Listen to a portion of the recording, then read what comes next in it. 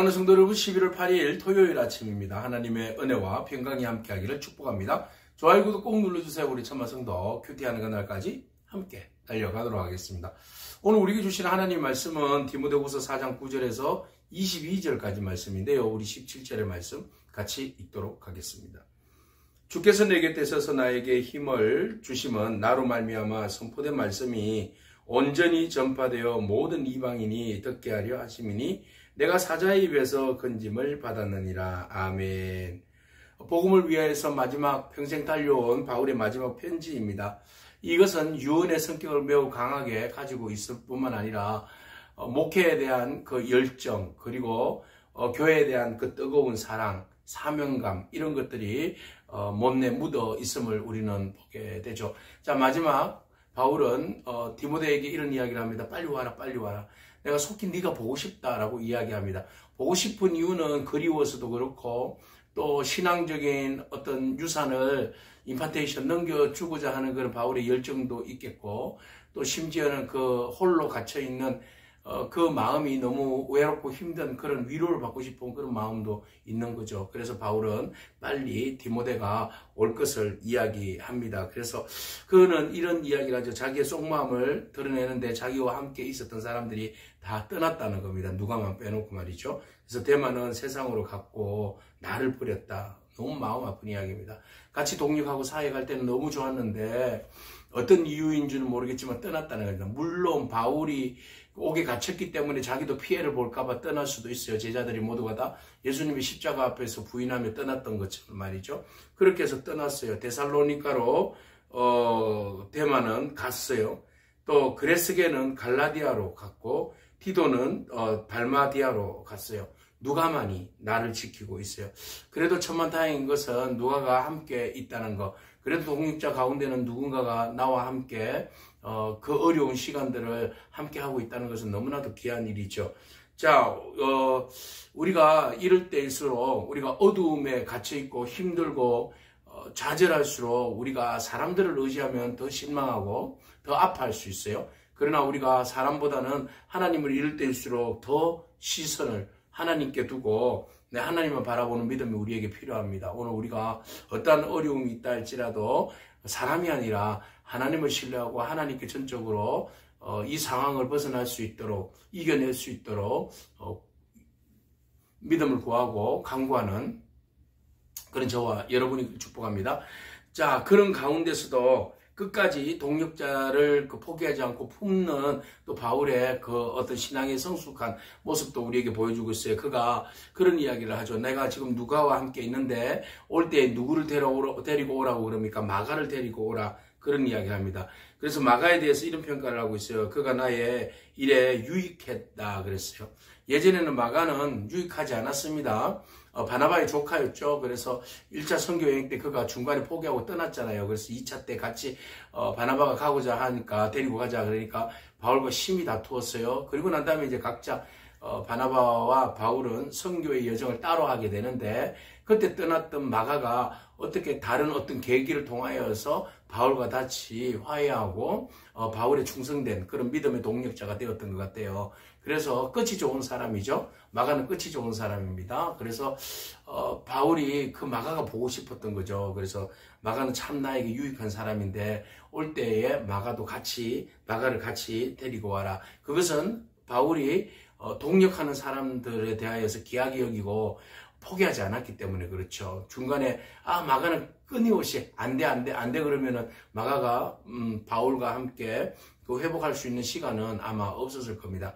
그럼에도 불구하고 끝까지 동역자를 품었던 바울, 오늘 우리가 좀 서운하더라도 상처를 입었더라도 여러분들의 동역자들을 귀하게 여기고 오해를 풀고 다시 돌아올 수 있도록 하나님 은혜를 구하면서 그 동역자와 함께 믿음으로 하나님께서 세워주신 그 아름다운 동력을 잘 감당하는 그런 저와 여러분에게 축복합니다.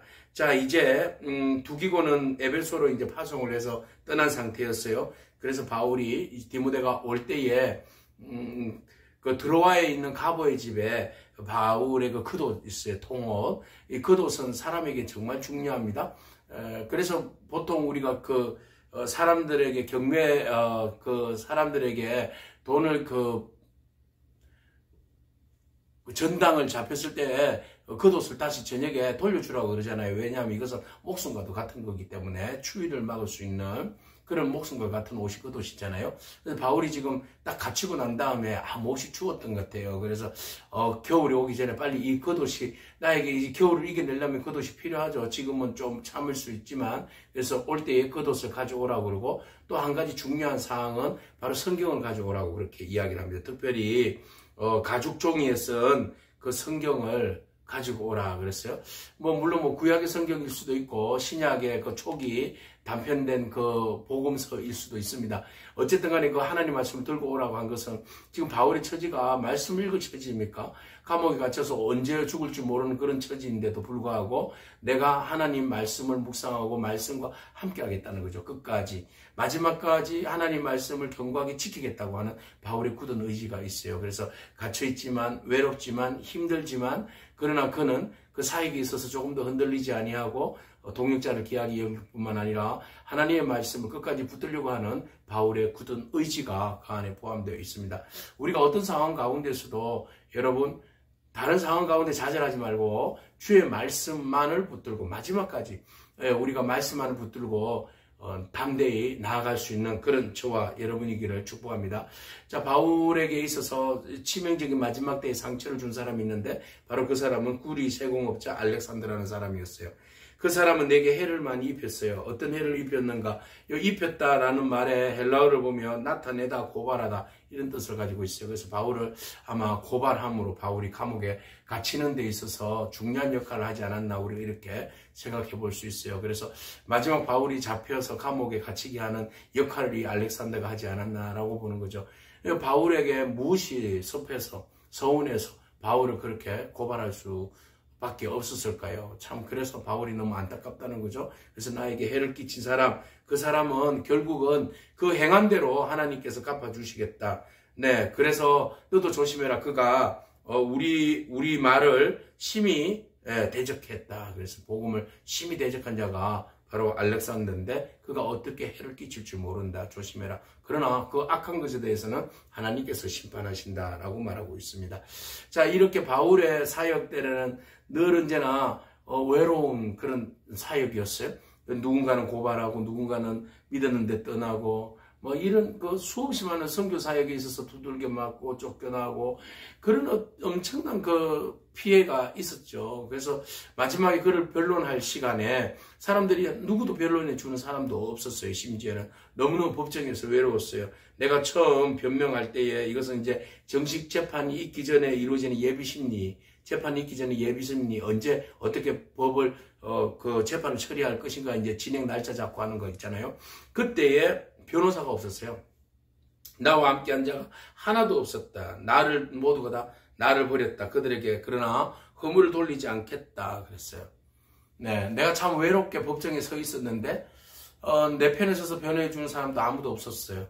그래서 나는 너무 마음이 서운했고 힘들었는데 그래도 내가 그 사람들을 내가 원망하겠는가. 왜냐하면 중요한 것은 17절이에요. 주께서 내 곁에 서서 나에게 힘을 주시기 때문에 그래요.